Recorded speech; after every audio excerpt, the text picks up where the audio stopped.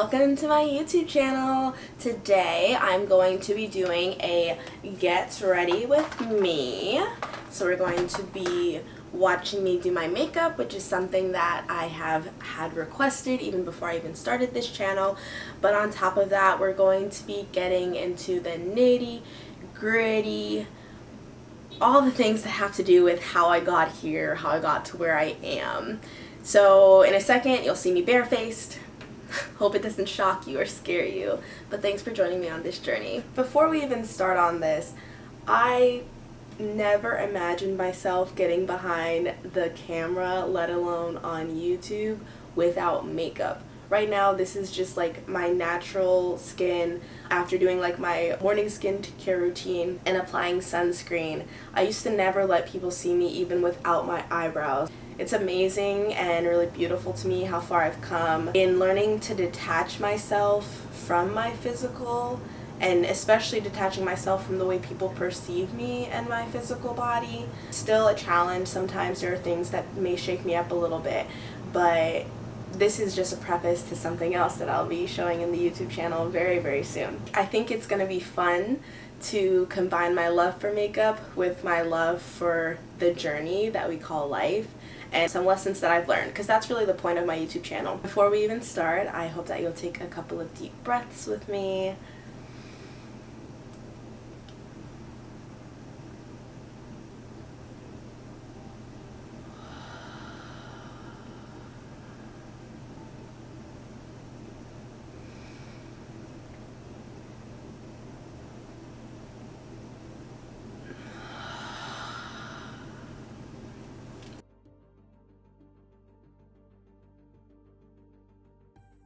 So I was making myself dinner and I saw that message. Typically I would have stopped everything, responded to that, like my life is to respond to people via social media, whatever. I allowed myself to continue in the task that would feed me and ground me so that I could respond to this person's request for insight in a way that would be honoring me and honoring them. I guess this is a literal sense of saying you have to feed yourself and feed your soul before you can even reach out and help anyone else, even if it's just replying to an Instagram message. Today, the kind of makeup look that I'm going for is just kind of like my everyday makeup. On most days, I don't actually wear makeup in the house anymore. I barely even do my brows unless I have to show up on something that's professional.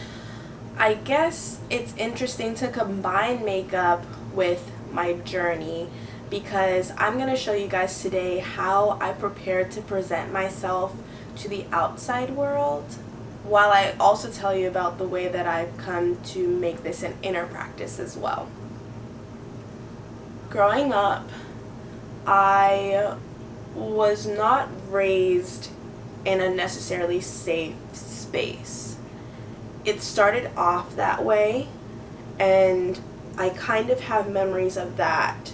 But unfortunately, with trauma, it tends to cause blockages in memory so that all you remember is the bad. At a young age, I started suffering through certain things that have followed me into adulthood that I only now feel like I kind of have a grasp on. I apply setting spray all throughout the process. It sets every single thing that you do. And I guess applying setting spray at every point in the process of my makeup just reminds me that you have to set an intention with every action that you make. When I wake up, I set an intention for my day. I make my food, I set an intention for that meal. You have to apply your setting spray throughout the whole process. It helps everything stay more in place. It helps everything stay more together. And the same can apply to you. 7th grade is when I first started my battle with my eating disorder, which is something that I've talked about a lot on my Instagram over the years. My struggle with that all started off because I was trying to gain control following my parents' divorce. I realized that many of the issues that I've had over time, they've all manifested from a place of needing control. Nothing works out when that's the intention. So I started off with my eating disorder in 7th grade, and then that evolved into pretty dark habits. I'm going to show a picture here of what I looked like by my senior year of high school. People that know me now may be frightened to look back into the eyes of that girl in this photo, but that's where I was. And I felt like no one was even trying to save me.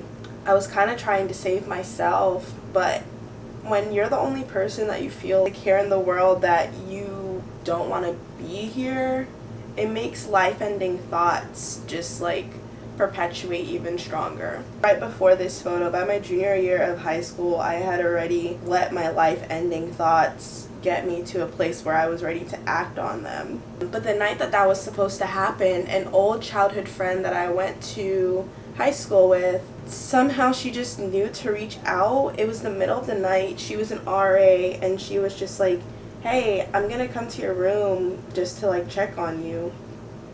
And I don't know if she knows this, but she literally saved me from starting to cut myself. I was going to start off just that way, to relieve all of the inner pain that I had been experiencing. But because of her interruption, I didn't. I'd never have ever led myself to that form of self-harm.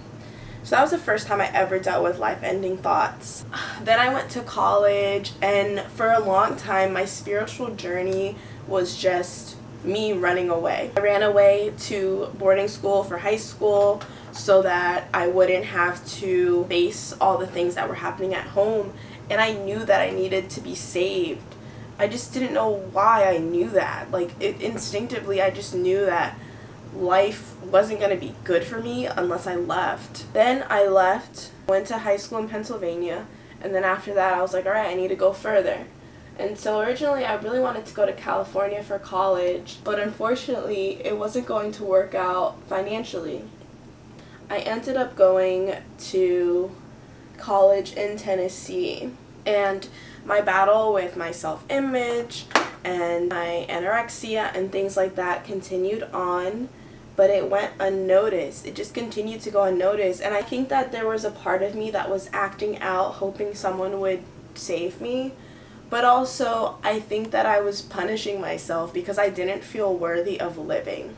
Lots of things going on with the solar plexus chakra there. I continued on through college, and all I ever did in life was work. I knew I had to work so that I wouldn't be homeless. That was my driving factor. The only reason I have gotten to the place where I am right now and what you see around me is because of that drive to survive. That's all I knew. All I knew was survival. At the age of 10, that became the purpose of my life, for me to survive so that my siblings could survive. Pretty much the only reason that I had decided to keep living from middle school to college was for my siblings.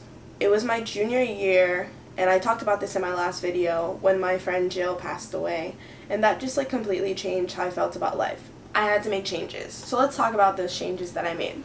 I needed to look for more. I grew up in a Christian home, but by the time I was a sophomore in high school, I had claimed to be agnostic. I believed that there was a God, but in the church, we're kind of taught the image of God is perpetuated through our parents. Unfortunate to say, I mean, I don't even think my mom watches my videos, but I feel like I love her, and it's really sad to admit, but I just feel like she kind of goes against all motherly instincts in a lot of ways. I didn't really see God in her. And with my dad, I mean, he hadn't left, but he couldn't be there, and he wasn't present. And I just felt like, okay, if he's not in my life, God's not in my life. If I'm surrounded by this person that feels like anything but God, then like, does God even care? If she doesn't care, does God care? That's when my path with agnosticism became, I believed that there was a God, but I didn't believe that he cared about me. I had no interest in speaking to him. I continued on through life, got to college, and it was my junior year when I found love for the first time. I encountered love for the first time. And that was through Buddhism. I have a whole blog post about this on my website, GRWM.com. Basically about like finding love in Buddhism. And that's kind of what like turned things around for me. I think that what I was lacking in my life was love, and feeling that and experiencing that and knowing what that looked like. And I know that that has translated into how I've approached friendships and relationships. I mean, like, I just kind of used people for so long for survival and to escape myself, escape having to face myself. Once I found Buddhism, I just kept seeking and seeking, and once you start that path of seeking, you can't stop. Even though there were a couple of hiccups, and I did kind of take breaks along the way, I think I'm finally at a place where like the momentum from back then has just sprung in a way that I can't stop. I can't stop this journey. During that summer after I discovered Buddhism and I kind of gained this new desire to keep living life, I joined family therapy. It was me, my siblings, and my mom. But I do think that family therapy gave me the therapist that I needed for the time. Even though we only did about 2-3 sessions with that therapist, I continued to invest in having that therapist in my life. Once I graduated college, I set aside $72 every single week so that I could meet with this therapist, and at the time it was in person. I didn't care about anything else but making sure that I could pay for therapy. We like worked through a lot of things having to do with like my parents and like the inward anger that I still had towards them. It felt like she was pushing me in ways that I didn't want to be pushed, but now I know that I needed to be, because I just had so much hate harbored in my mind for people and for life, and you can't live a fulfilling life if you're just harboring hate all the time. And I no longer go to that therapist for other reasons, but I know that she was right for me at that time. Seek therapy. I think that everyone at some point in their life needs to see a therapist. We've all experienced different levels of trauma, whether that be neglect of parents or, sexual trauma, childhood trauma. If there's any blockages throughout your body and your energy flow, like, you need therapy. And all of us have those in some kind of way, even if it didn't start off in our childhood like it did for me. My first piece of advice to get where I am right now, I guess, is to find a therapist and face yourself. Therapists can only do as much for you as the person that you show them. You are manipulating an image of yourself that isn't actually real. Your therapist is only helping that version of yourself. Or if you're like me and you deal with bipolar disorder or mood shifting or mood disorders, and you get into a therapy session when your pep self is there, then you're not catering to your down self. And so you're never going to feel like you're getting the help that you need. Went to therapy for quite some time. That was just my focus for a while because it was so emotionally draining. Dealing with all the things that I went through in college and in high school and as a child. My therapist, one of the best things she's ever told me was that it's not enough just to survive. Life is worth living and enjoying, and especially me at the time, I was 22 and I had never experienced what it was like to be a child. 10 years old, I had to become a 30-year-old, basically. Feeding my siblings, waking them up in the morning to go to school, making their breakfast and making their lunch, getting us to the bus, getting us home, helping them with homework, doing all these things that like a child should just not be expected to do.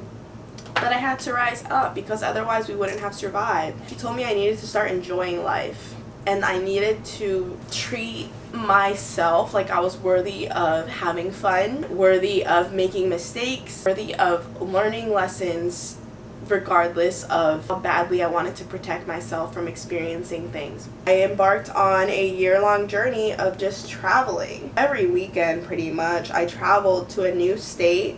I bought myself a car. I don't know how I paid for all of that because my rent was more than it's ever been, and I had all these other things that I did not need to be paying for. Somehow I just found a way to do this for myself, and that just brings up another thing. Money comes and goes, and you're never going to get more money if you hold on to your money. You can't be so rigid in your relationship with money that you forget that you deserve nice things. You deserve worthwhile experiences. You can't forget that. I started traveling all these different places. I think that at the time, the friendships that I had were for this purpose. Really, really thankful for that opportunity and for those people making spaces in their homes for me.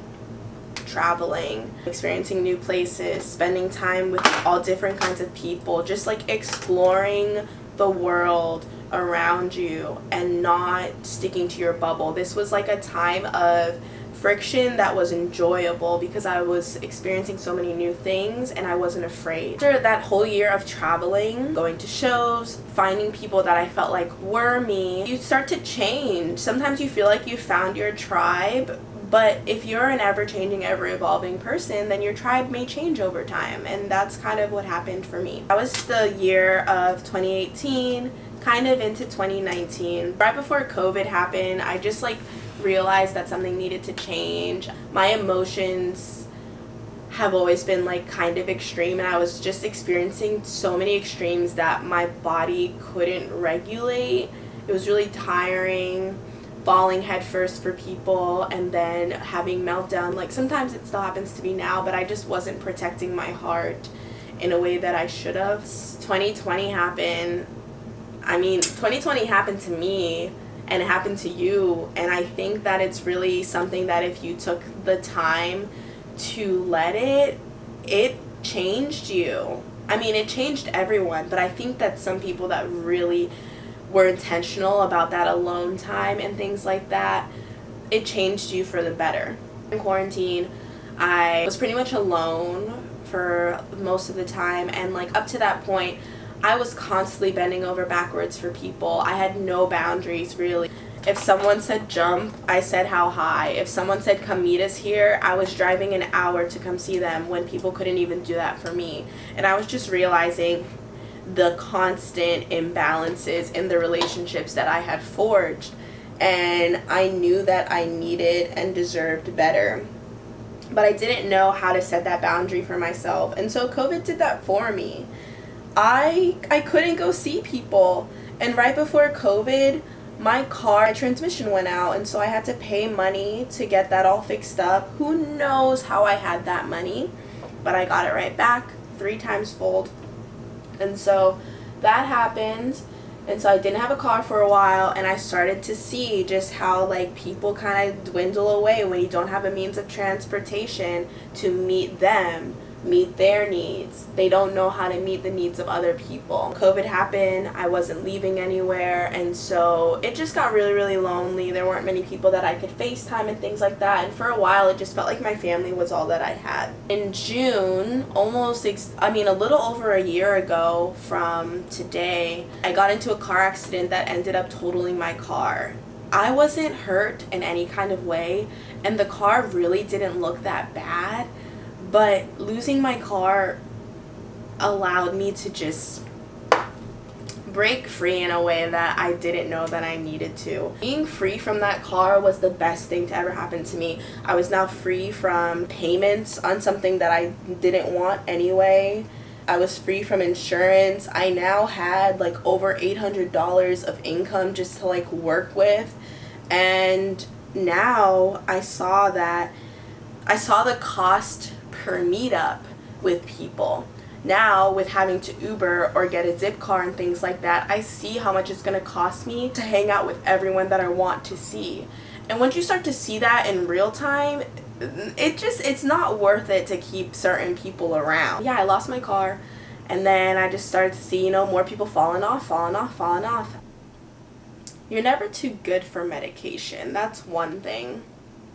And it's nothing bad or dishonorable or anything like that to be on meds if you need it. When I take my meds every morning now, I try to combat the shame that society has put around it by reminding myself I've gone through some shit and I just need this to feel like a normal, grounded person. It doesn't take away from how exciting it is to be Smee it just helps me to stay grounded so that I can experience life fully.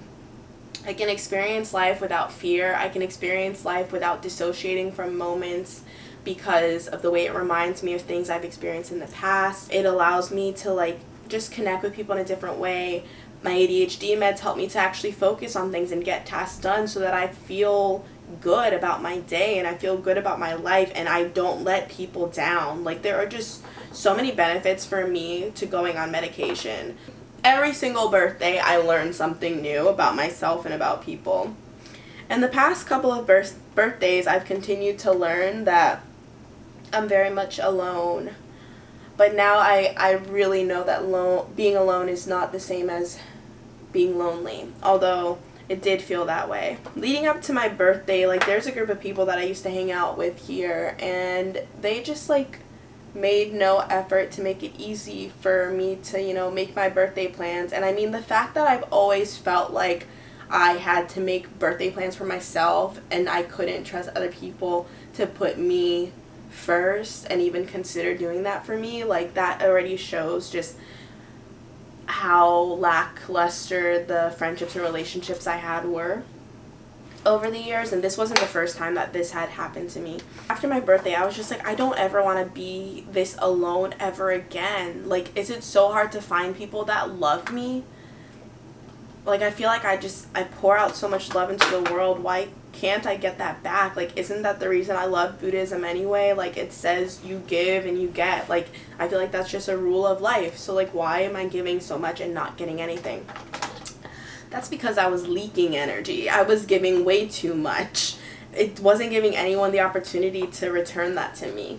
Because not only was I leaking energy in all of the friendships I had, I was also being drained of my energy through sexual intercourse over and over again. So I had to set a boundary there. And that's when I came to January 2021. I just decided that any person that was going to step into this sacred space had to honor me. Like, that was the only rule. And I feel like sometimes we set up way too many rules for ourselves, and that sets us up for failure. The simpler your boundary and the simpler the wording that you use for your rules for yourself and your rules for different aspects of your life makes it a lot easier for you to actually follow through. And so I decided no one can enter this space unless they honor me. And people that honor you are actually pretty hard to find. Following that, you know, I moved in with this new roommate. I knew that I needed to find a new space to live because the space that I was living in the past, it was so toxic, and I used that word correctly. I just knew I needed to get out, and I believe that my life consistently aligned, like, my life is in such alignment, and yours is too. It's just, we are confusing people. The universe and God and all these things, they're not confused. We are the ones that cause confusion in our own lives when we try to have too much control. When you let go of control and just speak out what you desire at the times that you do desire it, like, that shit always comes in fruition. My current roommate and I, we've been friends since high school, but there have been 2 times in our life when, like, we haven't spoken to each other. She was one of the few people that came to my birthday, like, drove all the way from DC to come and do it, and she fell asleep during the whole thing, but it was just, like, such a beautiful gesture that, like, I felt like a lot of people that I've known in Maryland just don't do. She and I just, like, happened to hop on a call together, and we talked about how we wanted to do yoga more often, and so we decided, like, on Sundays we would do yoga together. And that was beautiful. And then, like, after one of our sessions, I was like, I'm really trying to move. And she was trying to move out of her space too. She had become really lonely during COVID and didn't want to live alone anymore. And so we were like, all right, let's just try this. If it works out, it works out. We didn't even have to pay a down payment on our apartment. All we had to pay was a $500 transfer fee. We were able to move in pretty much with ease. The only thing that was kind of a hiccup was the day of our move. They didn't give us the keys in time, so we didn't get the place cleaned out. So we lost money there, but that's so lit. Like, that was under $100. It was just like, all right, it's fine. Everything's gonna be fine. I was able to move here. I had enough money saved so that I could get movers because I knew I didn't have friends that could do that for me. Like, I had my cousin, but I didn't want to put her through another move. I've moved in Maryland 3 times, and like, she's helped me every single time, and she's smaller than me. She just doesn't deserve to keep having to do that, even though I know she will. I was able to hire movers. I was able to, you know, pay for all these things to create this room, this sanctuary that I live in now. I had someone come up and they helped me too. And even if we're no longer friends, it was just so helpful to have her here helping me with everything. Once I settled into this space, I was like, all right, I'm bored. What am I supposed to do? And that's when I decided I needed to figure out how to stop looking outward for my affirmation. Once I was able to, you know, settle in and finally seal the deal with my root chakra and my desire for security and, you know, a place that I can call home, I finally had that. Now I could start working on all these other things that I just never could have because I was always running off of survival.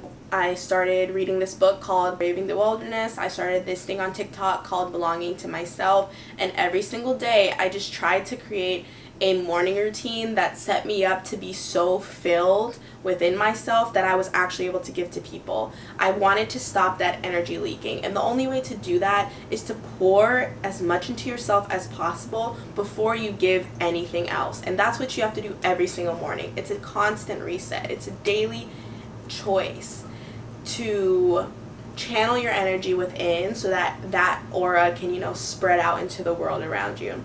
So I started doing that. I tried to create a morning routine for myself, and I mean, now I don't have to follow it so strictly, and I can kind of flow some of the activities throughout my day instead of before I leave my room. But that was the start.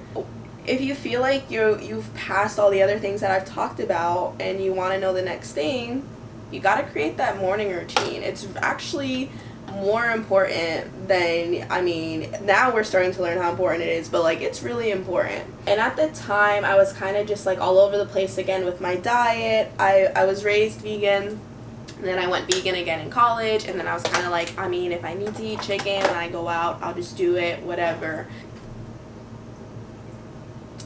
What you put into your body, not just in books and other things like that, like literally what you eat does really affect the person that you are and the way that you can relate to the world and relate to yourself. I started to kind of try to adjust that, and I had always used meal plans and things like that because I did not feel safe enough to let myself have control over my food, because I was always afraid I would fall back into anorexia if I gave myself any bit of control. So I've had to release control of everything and decide to trust myself and my capability to nurture myself. And nurturing, learning all the different ways that you have the capacity to nurture yourself will change your life. I started to nurture myself in that kind of way. I went to this wedding. I've talked about it before. That wedding just like set me on this whole new thing, and I just recognized at that point I had lost everything that I had held dear to me in previous years. And the reality of being alone, I had always felt it, but damn, that wedding really shook me. And so I came home and I was just like, I gotta do something. I am all I have.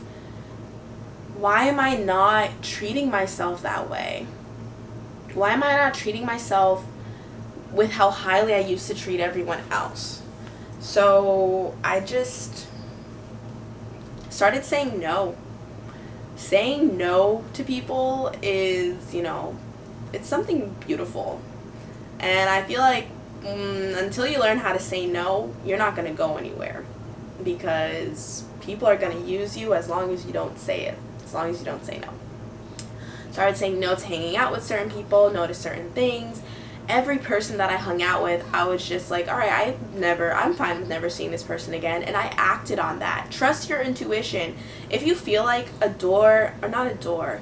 if if you feel like a relationship is leading to its natural end, don't hold on to it. Stop holding on to shit that's not for you, that's not in alignment with your path. Like, why do we do that? One of the biggest things was learning to adopt the pace of nature. That was really, really important for me, and it just like kind of relieved me of this constant need to hold on to things.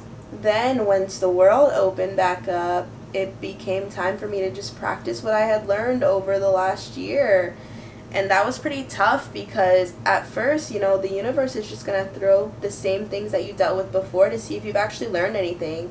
And if you prove to the universe that you haven't learned shit, then like you are not going to be thrown anything better. In the Bible, it literally says God will only give you what you can handle. So if you prove that the growth you so claim cannot be put into practice, you're not going to experience the things that you want to experience because you're not ready for them.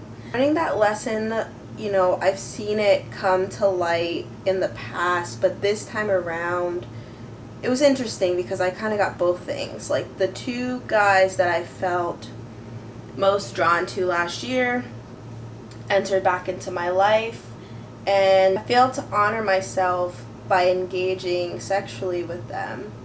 But as soon as I was done, I wasn't like necessarily sad. There was no shame. It was just like, okay, I fell, but I don't want to do this again. And so I didn't. And then I was able to interact with new types of people. I was able to experience my first woman-loving woman.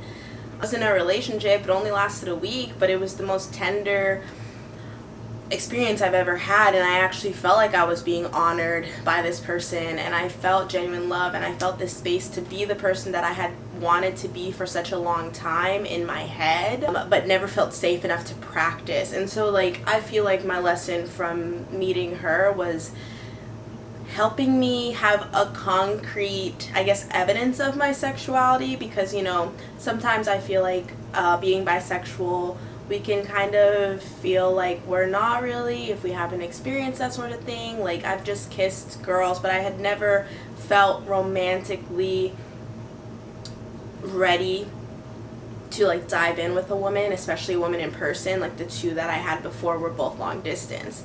So this was really exciting for me, and it showed me that there is more, and that I don't have to just feel safe to be that person around her, especially now that she's gone. Like, now I feel like I want to be that person because I've experienced being that person.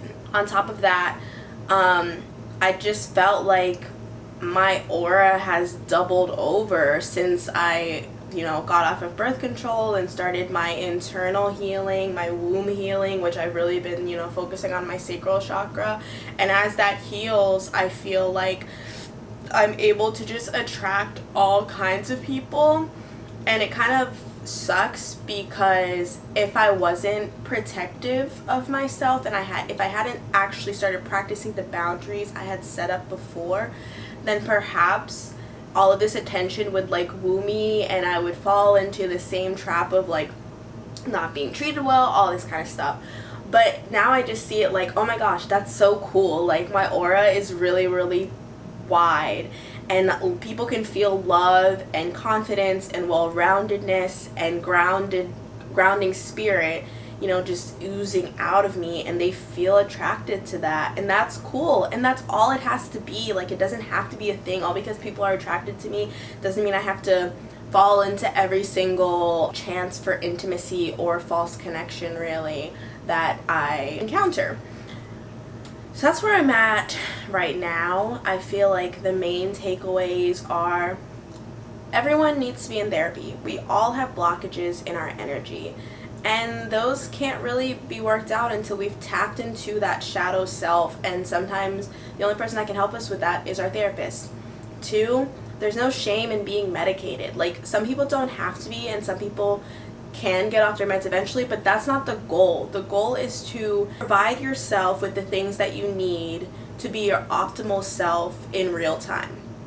And for right now, medication helps me with that, along with the other things that I've done.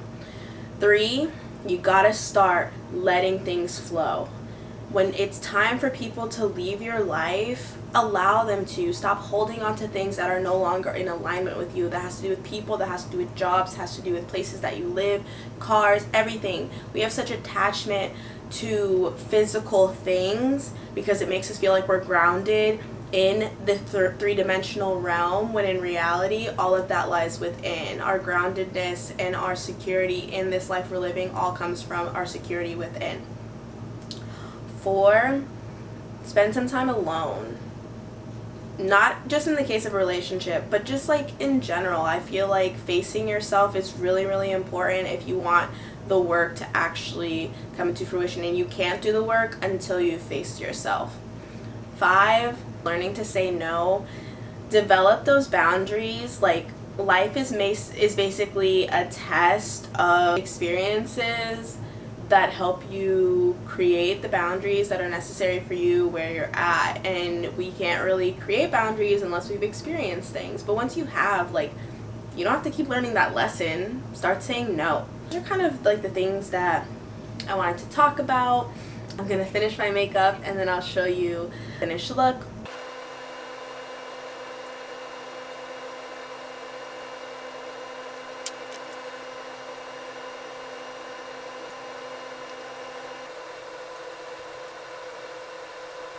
Essentially, this is the mask that I put on when I go out to interact with the real world. And when I say mask, that's not meant to be a negative thing. It's just, I want what I feel inside, the way I feel grounded, royal, all those things, to be able to be seen by people when they first see me as well.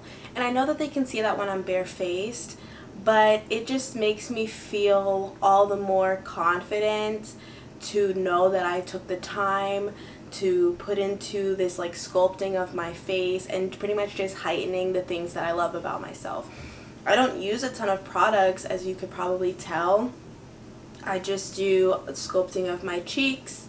I always have on a lip because I have really light lip color, and then I just do my eyebrows, and it's like very simple. It feels really natural. It honestly doesn't even feel like I have a lot of stuff on. And then I added, you know, the jewelry that I wear, which my roommate and I have talked a lot about, how like we started to see jewelry as like our protection and also a way of amplifying what we want to present to the world. I have to internalize that I'm worthy of harnessing that energy. And once I feel that, everyone else will see it too. It's your royal self, your divine inner self. And if you walk the outside world with that on your forefront, like, it's extremely attractive. And not just to people, but to things. If you show the world, show the universe that you know that you are worthy of things, you will start to have opportunities fall into your lap. Have the right friendships, the right people that harness that same kind of energy will fall into your lap. All you have to do is decide that you're worthy and start showing the world that. It's not loud.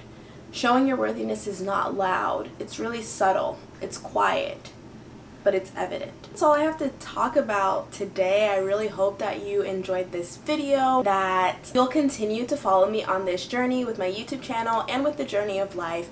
Continue to ask me questions via Instagram. Continue to request different videos that you want from me in the comment section. Share this with a friend, whatever you want to do. Tell me how you liked me incorporating makeup with this, if you want me to do get ready with me and talks more often, or if you prefer if I stay stagnant. I am open to lots of things, and yes, this channel's for me, but it's also for you, whoever might need it. Thank you for supporting me. I'll see you next week.